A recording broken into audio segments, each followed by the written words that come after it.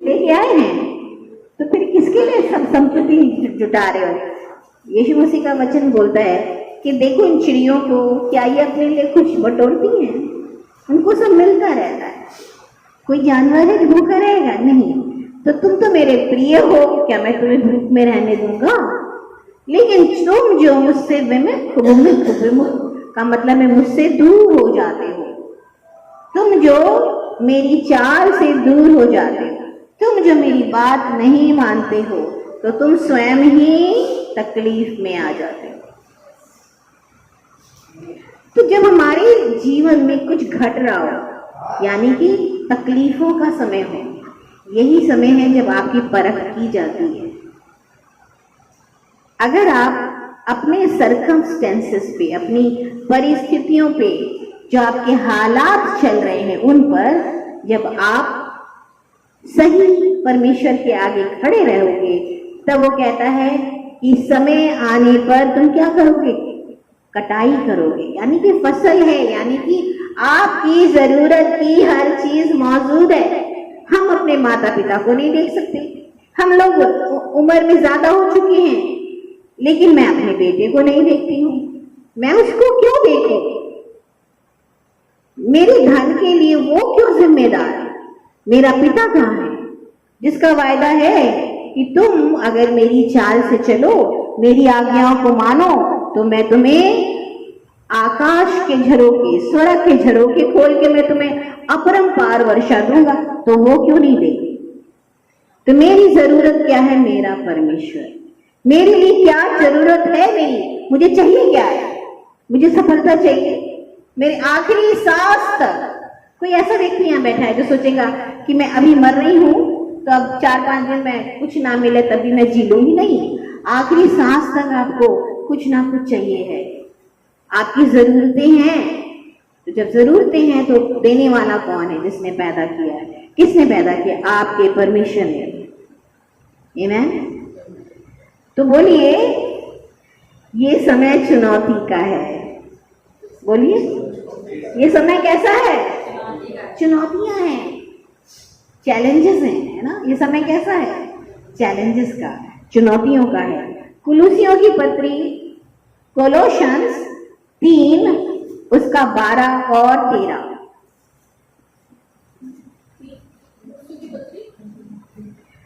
कोलोशंस, कुलूसियों की पत्री 3 का 12 और 13। इसलिए परमेश्वर के चुने हुओं के समान जो पवित्र और प्रिय है, बड़ी बड़ी करुणा और भलाई और दीनता और नम्रता और सहनशीलता धारण करो। देखिए, ये सब क्या है? आपके ऑर्नामेंट, सजाने वाले झुमके, क्या क्या है ना? ये है करुणा। आपको कौन सजाता है? आपका बाहरी अस्तित्व नहीं, करुणा सजाता है। क्या लिखा? फिर से पढ़ो, कुलूसियों की पत्री। इसलिए परमेश्वर के चुने हुओं के समान। आप चुने हुए हैं कि नहीं? पहले ये बात बताओ। अगर आप अपने आप को समझेंगे कि मैं चुना हुआ हूँ, मैं परमेश्वर के साथ स्वर्ग में, मैं पूरा स्वर्ग का अधिकारी हूँ, आधा नहीं, तो आप जान लेंगे कि मैं चुना हुआ हूँ। लेकिन अगर आपको आधा आधा पता नहीं, तो फिर आप कहीं नहीं जाओगे। लेकिन अगर आपको पता है कि आपको चुना गया है, अगर आपको ये पता है कि परमेश्वर आपको खींच के लाता है, अगर आपको ये पता है कि वो आपको सुना रहा है, अगर ये सब चल रहा है, तो वो आपको क्या करना चाहता है? वो क्या करना चाहता है आपको? वो आपको बदलना चाहता है। कैसा बदलना? जिससे आप उसके राज्य के लिए सुंदर लगे, उसके राज्य के लिए सुंदर लगे। जब उसके राज्य के लिए आप सुंदर लगेंगे, तो उसके राज्य की कोई वस्तु आपसे रखी जाएगी। रोमन्स 8:28 कहता है हर चीज, पढ़िए रोमन्स 8:28, फिर इसको हाथ लगाए रहिएगा। रोमियो 8:28। हम जानते हैं कि जो लोग परमेश्वर से प्रेम रखते हैं। बोलिए, मैं प्रेम करता हूँ यीशु से, क्योंकि वो मेरे लिए मरा, मेरे लिए जिया, मुझे अपना पुनरुत्थान दिया है, उसकी आत्मा मेरे अंदर है, मैं मरूंगा नहीं, जीऊंगा और परमेश्वर के नाम की महिमा करूंगा। आमीन। हम जानते हैं कि जो लोग परमेश्वर से प्रेम रखते हैं उनके लिए सब बातें मिलकर भलाई को उत्पन्न करती है। कैसी बातें? सब बातें, है ना। सब बातें में मेरा खाना, मेरा पीना, मेरा स्कूल, मेरा जाना, मेरा सोना, सब बातें, है ना।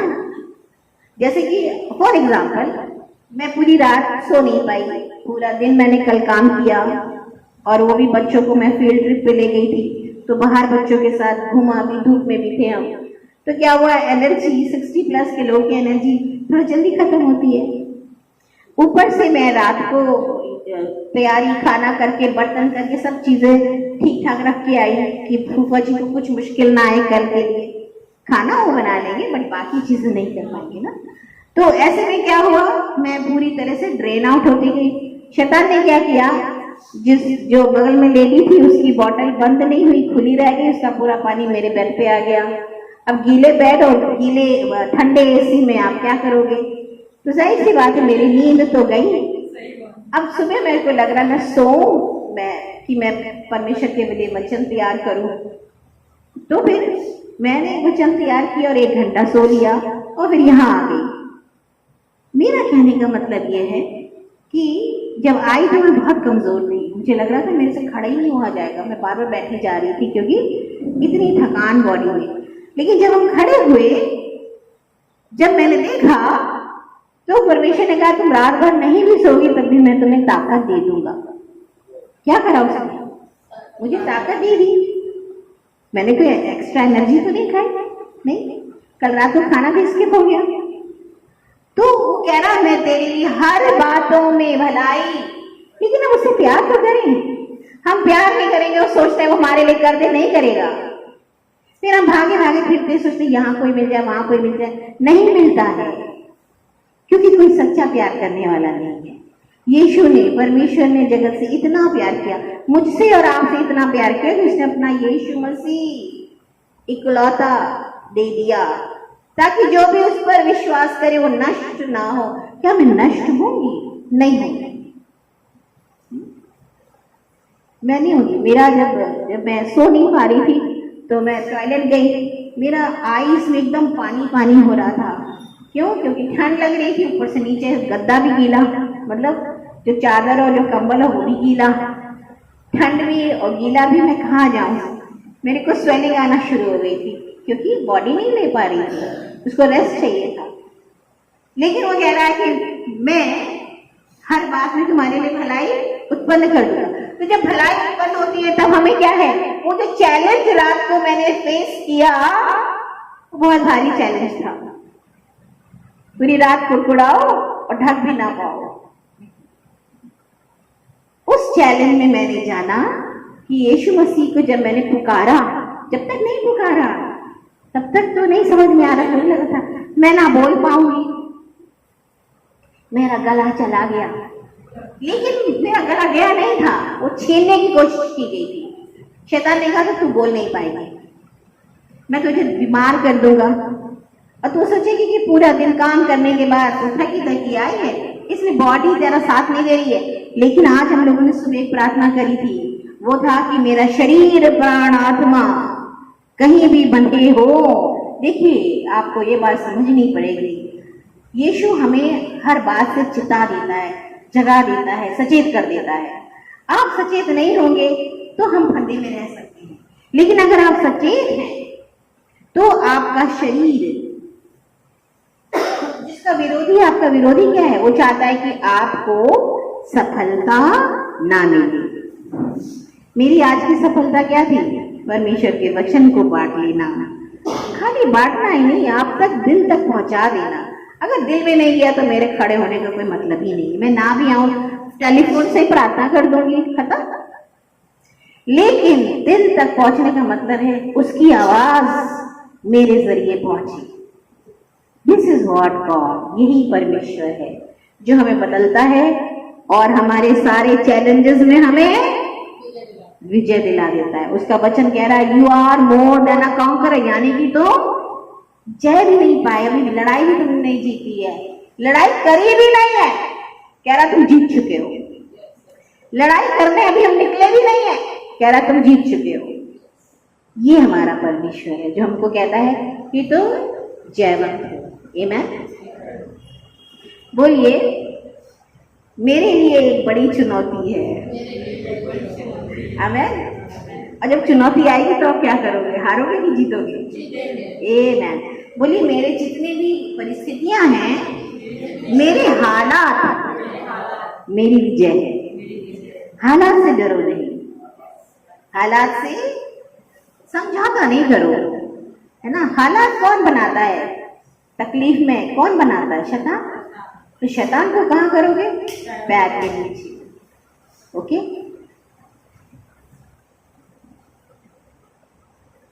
बोलिए, यीशु मसीह आपकी पवित्रता मुझ में आ रही है, मुझ में आ रही है, आ रही है ना। जब आपका मन क्या होने लगे, आप कुलूसियों पढ़, कुलूसियों, कोलोशियंस 3:12-13, 12 और 13। इसलिए परमेश्वर के चुनो हुओं के समान, बोलो, मैं चुना हुआ हूँ, जो पवित्र और प्रिय है। मैं पवित्र हूँ और प्रिय भी हूँ। परमेश्वर मुझसे प्यार करता है, परमेश्वर प्यार करता है। आमीन। कुलूसियों 3 का 12 और 13।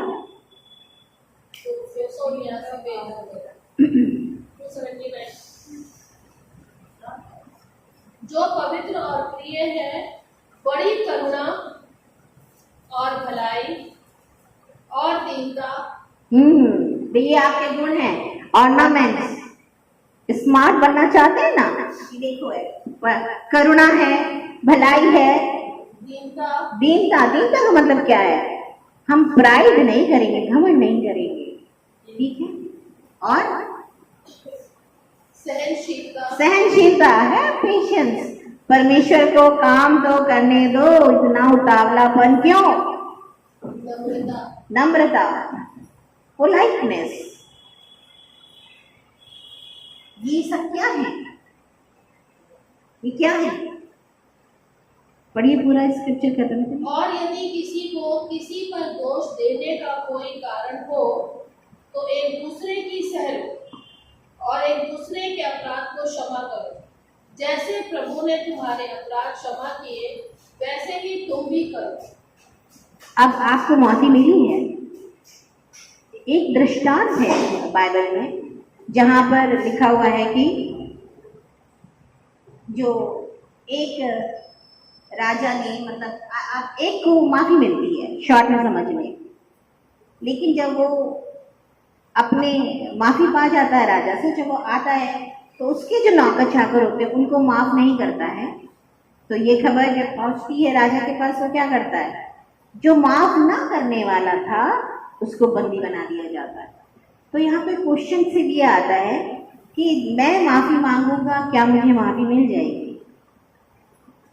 उसके ऊपर एक बड़ा क्वेश्चन आता है, क्या आपने दूसरों को माफ किया है?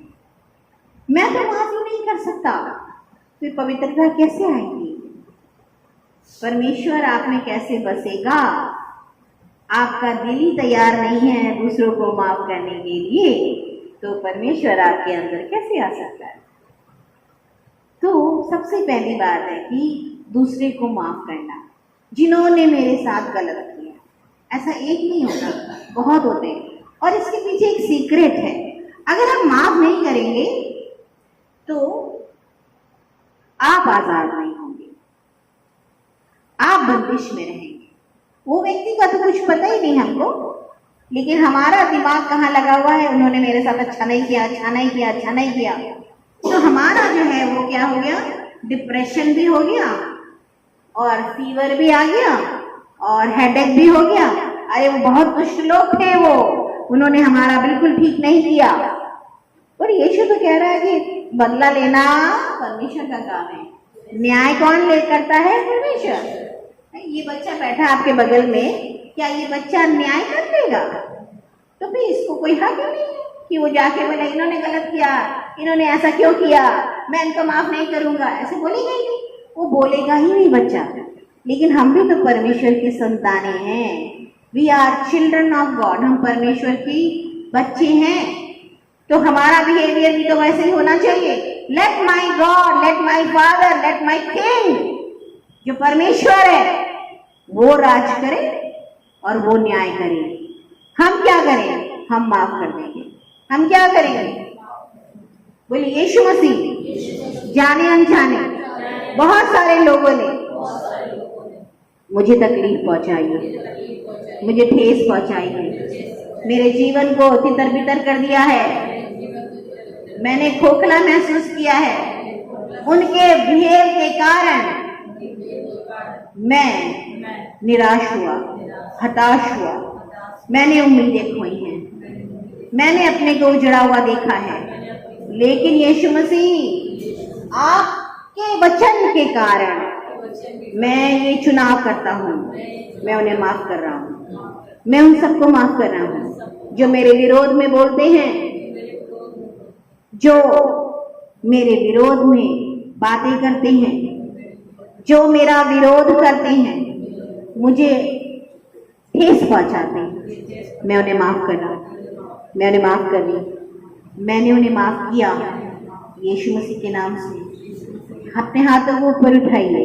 प्रभु यीशु मसीह, मैं बिल्कुल खाली दिल से आपके सामने आई हूँ, मुझे अपने अनुग्रह से, अपने फेवर से भर दीजिए, अपने प्रेजेंस से भर दीजिए, अपने पवित्र आत्मा से भर दीजिए। दुष्ट का मुझ में कुछ भी ना हो, दुष्ट का मुझे कुछ भी ना हो। जहां से वो दुष्ट निकल के ले आया है, पवित्र आत्मा आप भर जाइए, क्योंकि मुझे आपकी जरूरत है। धन्यवाद यीशु मसीह के नाम से, आमीन। इब्रानियों की पुस्तक 12 का 14 और 15।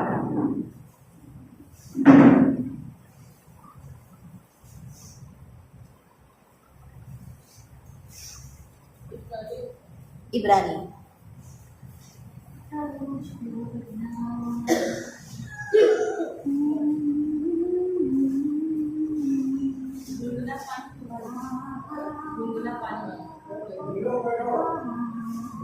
बीच में ना बोलना, इसका ध्यान रखना।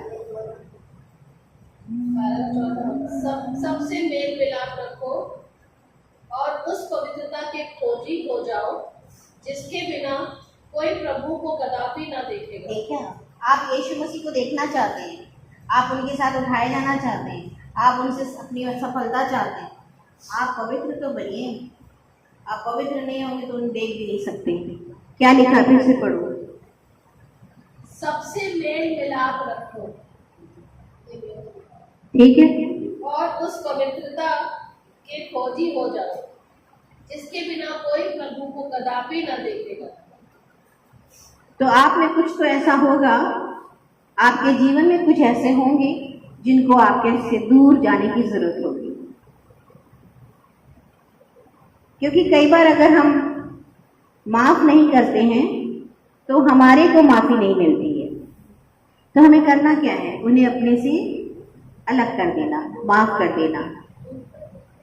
परमेश्वर बाकी काम करता है। हमें क्या करना है?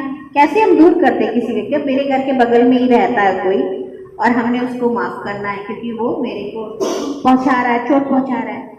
हम उसका घर तो नहीं हटा सकते ना, उसको अपने से दूर ऐसे बराबर मुझे दिखता भी रहेगा। लेकिन हम ये कर सकते हैं कि यीशु मसीह में इसको माफ करते हैं, आपने अपने से दूर कर दिया। पढ़िए हगाई 2:6। हगाई 2:6।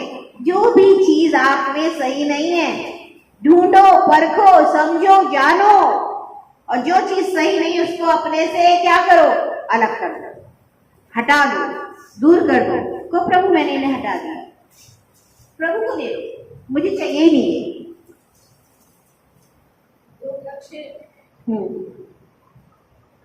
क्योंकि सेनाओं का यहोवा यूं कहता है, अब थोड़ी ही देर बाकी है, अब थोड़ी ही देर बाकी है, थिंक ओवर, कि मैं आकाश और पृथ्वी और समुद्र और स्थल सबको कंपित करूंगा। अभी थिंक ओवर, ये बहुत ही विचलित वाली बात है।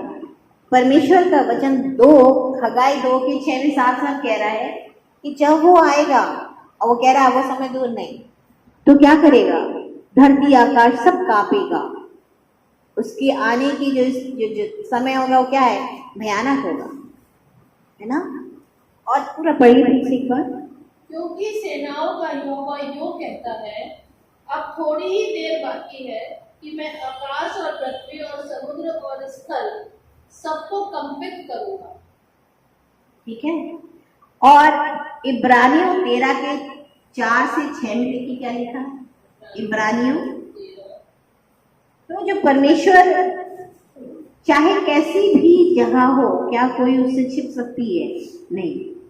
और जब समय आएगा तो कौन कहाँ छिपेगा? अपराध करने वाले कहाँ छिपेंगे? तो आज हमारी क्या जरूरत है? हम पवित्र बने। इसलिए हम निडर होकर कहते हैं, प्रभु मेरा सहायक है, मैं ना डरूंगा, मनुष्य मेरा क्या कर सकता है। आप समझे? When you have committed your life to Jesus, जब आपने अपने आप को प्रभु यीशु मसीह को दे दिया है, तो आप बदलने लगते हैं। और जब आप बदलने लगते हैं तो लोग आपके लिए क्या कह रहे हैं, इससे आपको क्या मतलब? आप वो करते हैं जो परमेश्वर आप में आपके लिए करता है। आमीन। तो बोलिए, यीशु मसीह, मैं अपने जीवन से जो ठीक नहीं है उसे अलग कर रहा हूं। 2 मिनट के लिए आंखें बंद करिए और सोचिए आपके जीवन में क्या ठीक नहीं है, जिसे आपको क्या करना है? झाड़ देना है। अपने पैर कैसे झाड़ते हैं? अपना चादर कैसे झाड़ते हैं? झाड़ दीजिए उसको जीवन से।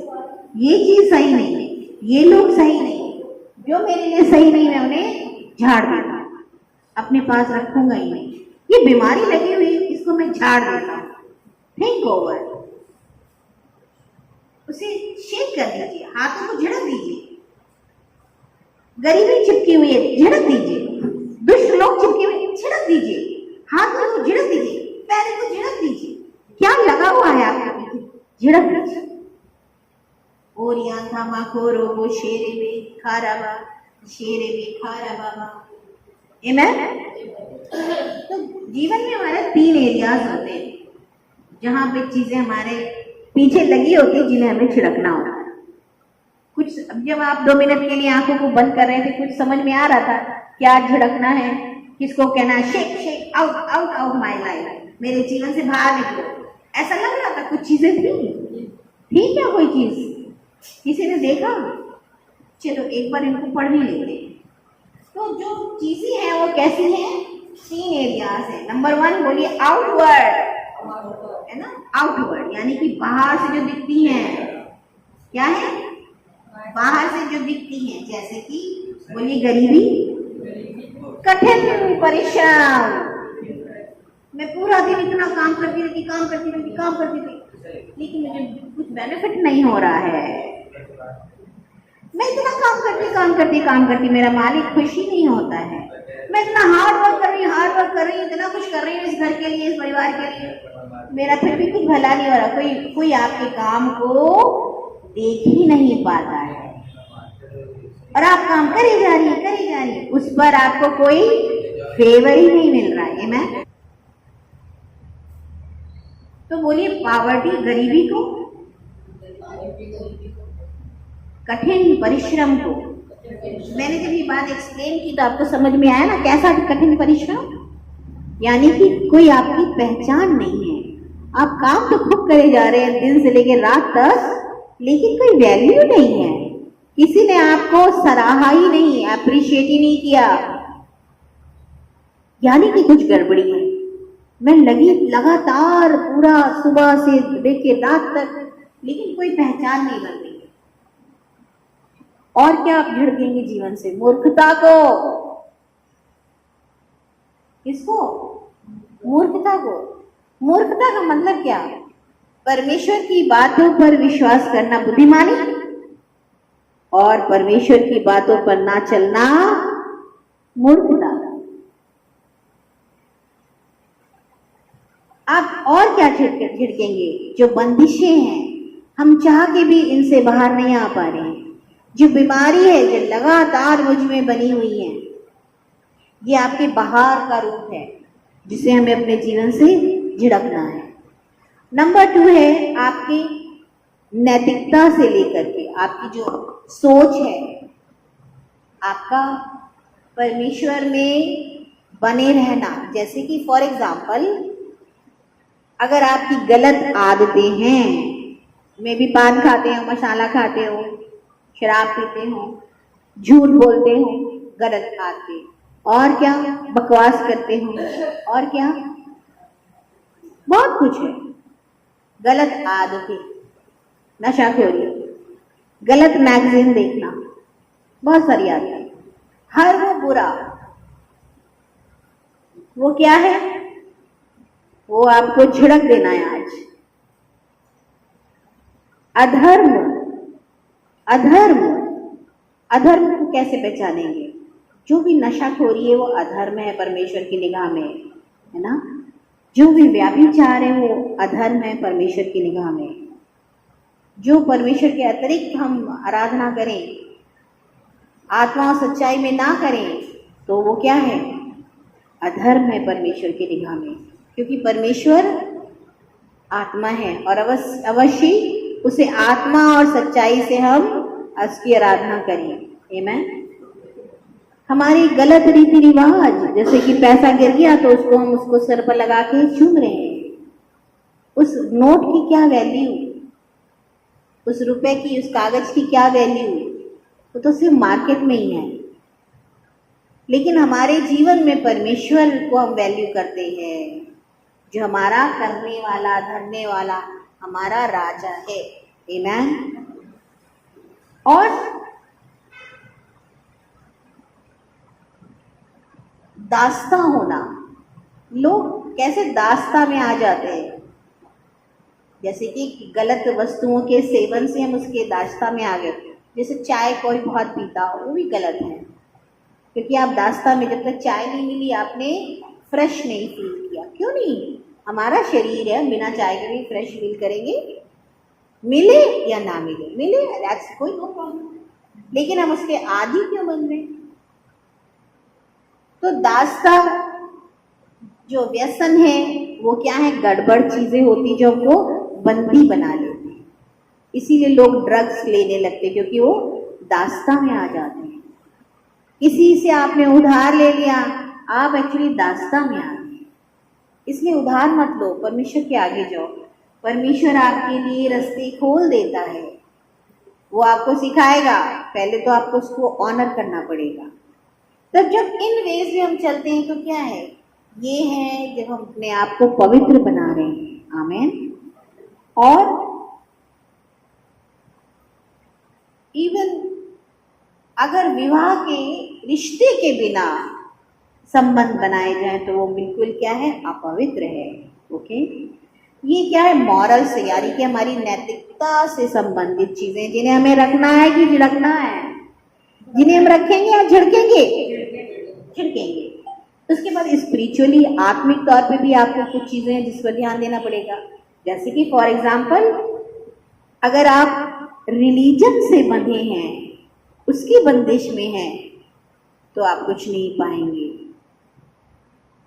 लेकिन अगर आप परमेश्वर से जुड़े हुए हैं, आप सब कुछ पाएंगे। और अगर हम में ठंडापन है परमेश्वर की सेवा के लिए, तो भी हम गड़बड़ी में हैं। फॉर एग्जाम्पल, जब हम परमेश्वर को समय देते हैं तो वो उसका हो जाता है। उस समय पे हम दूसरा काम करते हैं कि नहीं करते? नहीं करते। तो अपनी टाइमिंग को, अपने टाइम टेबल को हमें ऐसे ही बनाना पड़ता है कि कोई मुझे डिस्टर्ब ना करे, क्योंकि अगर मुझे डिस्टर्ब करेगा तो मेरा परमेश्वर के साथ लिंक गड़बड़ हो जाएगा।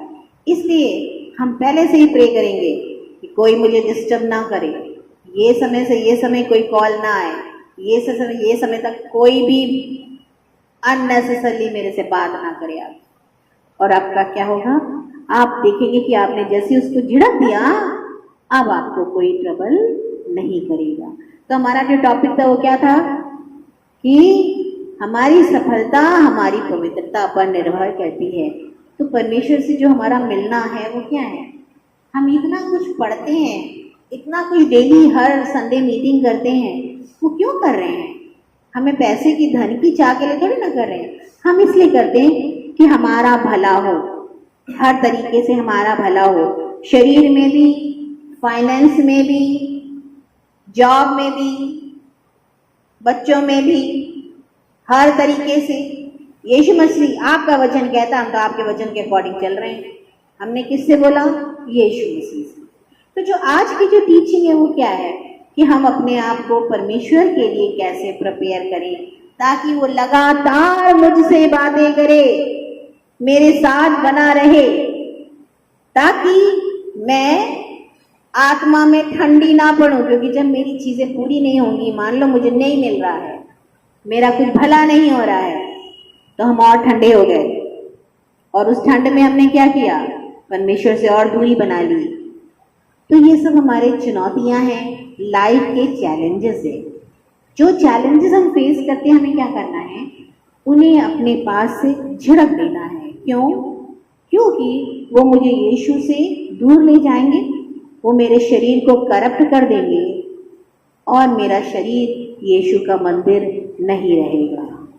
इसलिए हम यीशु मसीह को अपने दिल में इनवाइट करते हैं। Can we all stand? ओरियांता माकोरो बोशेरे बेखेरे आरा बाबा बा शांतारिया थारा बाबा।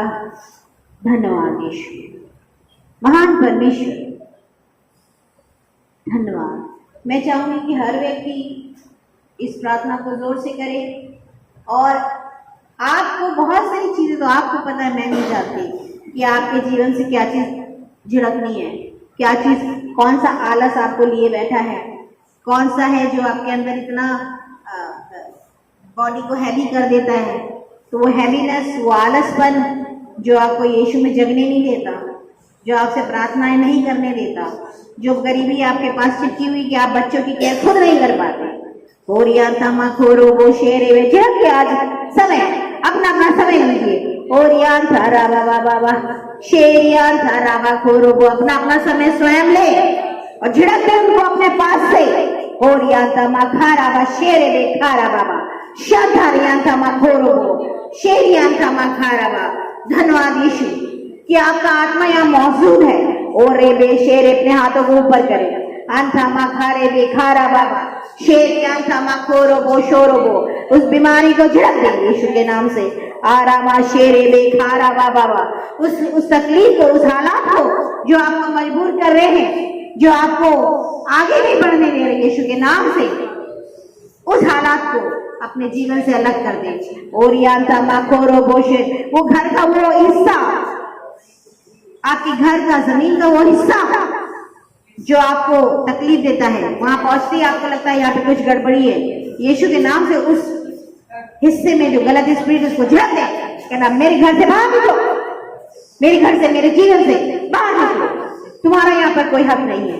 ओ शेरे बेखेरे बाखारा बाबा बाबा शेरदारी अंता माकोरो वो शेरे बेखारा बा शांतारी अंता मखारा बाबा बाबा शेरी अंता मामा मामा और अंता मामा मामा और अंता। जब मैं कहीं जाता हूँ अपने जॉब के लिए, व्यापार के लिए, आने वाली हर रुकावट को मैं यीशु के नाम से झड़क देता हूँ। और अंता मामा मामा वो रोड़ा वो अटका जो शैतान ने आपके जीवन में लगाया, मैं पैर से फेंक देती हूँ। मैं यीशु के नाम से टक्कर मार के गिरा देती हूँ। और क्योंकि मुझ में यीशु में मैं सब कुछ कर सकती हूँ। अंडा मकोरे बे शेरे बे खारा बा, fight, this is your fight. और यहाँ था मामा मामा अपनी हर स्थिति के लिए फाइट करें, हर स्थिति के लिए फाइट करें। अंडा मकोरो बो शेरे बे खारा बा, बोल दीजिए, फाइट करिए। ओ सेरे बे खेरे बे खारा बा। जब आप किसी से फाइट करते तो कैसे करते हैं? चिल्ला के करते हैं। फाइट, याद रखिए, जेरिको की दीवार तभी गिरी थी, आपके जीवन की वो दीवार जो आपके लिए रोड़ा है वो तभी गिरेगी जब आप चिल्लाएंगे, get out in Jesus name, you get out in Jesus name. और यांदा मा खारा बा शेरे बे खारा बा बा बा Shandarianta Makorobo, Sherianta Rababa, Shorianta Baba, Koraba, Sherebe, Kerebe, Karaba. Get out of my life, get out of my life, get out of my life, get out in the name of Jesus. Orebe, Kerebe, Karaba Baba, Sherianta Makara Baba, no more sickness, no more bondage. अब कोई बंदिश नहीं। ओरियंदा रावा खारा वा खारा वा खारा। Every plan of devil, शैतान की हर योजना यीशु मसीह के नाम से रद्द कर लेते हैं। शारावान, अब मेरे जीवन में कोई डिले नहीं होगा, मेरे जीवन में कोई डिले नहीं होगा, मेरे जीवन में कोई डिले नहीं होगा। जो देरी लाने वाली दुष्ट आत्मा यीशु के नाम से उसे हम ढा देते हैं। ओरे वा खारा बाबा बाबा बा शेरी अंदर वरा वरा बरी अंदर मेरी मेरी अंदर वा शोरी अंदर वरा वरा वरा वरा प्रार्थना करें। शोरी अंदर लारी अंदर ला ला ला यार वरा वरा वरा शेरी अंदर वरा वरा वरा वरा वरी अंदर वा। There is opening in your life. Ori anda bashara vara vara vara vara vara anda la la. Shura khara vara khare sheri veri anda va. There is opening in your life. Opening in your life. Opening in your life. Oh sara vara vara vara ande re veri anda ra baba. परमेश्वर द्वार खोल रहा है। एरी anda ra baba bari anda ra la ri anda ra la ri anda ra la la la khama mama. धन्यवाद यीशु। ओरी anda ra ba हर रुकावट आती, हर रुकावट आती। जो करप्शन है, जो बैड हैबिट्स है, यीशु के नाम से छिड़क देते हैं। आत्मिक तौर पे जो हम प्रार्थना नहीं करते, यीशु के नाम पे प्रार्थना ना करने वाली दुष्ट आत्मा को हम छिड़क देते हैं। और ये अंता माखारा बरा बरा बरा बरा या थ्रोट इन्फेक्शन भी यीशु के नाम से छिड़क देते हैं। और ये अंता बरा बरा बरा बरा बरा बरा बरा। परमेश्वर आपने आदम को गार्डन दिया था सेवा करने के लिए, उसके लिए जॉब दिया था। इसलिए यीशु मसीह में प्रार्थना करती हूँ कि जॉब के नए दरवाजे खुल जाए यीशु के नाम से। और ये अंदर बरा बरा परमेश्वर हर बिजनेस में favour to be release in the name of Jesus. और ये अंदर बरा बरा बरा बरी अंदे शोरी अंदर बरा बरा बरा बरा बरा बरा बरा बरा शेरी अंदर ला ला ला। ओ यीशु मसीह, धन्यवाद यीशु, धन्यवाद यीशु, धन्यवाद यीशु, धन्यवाद यीशु, धन्यवाद यीशु, धन्यवाद यीशु, धन्यवाद महान यीशु, धन्यवाद यीशु मसीह के नाम से। आमेन, आमेन, आमेन।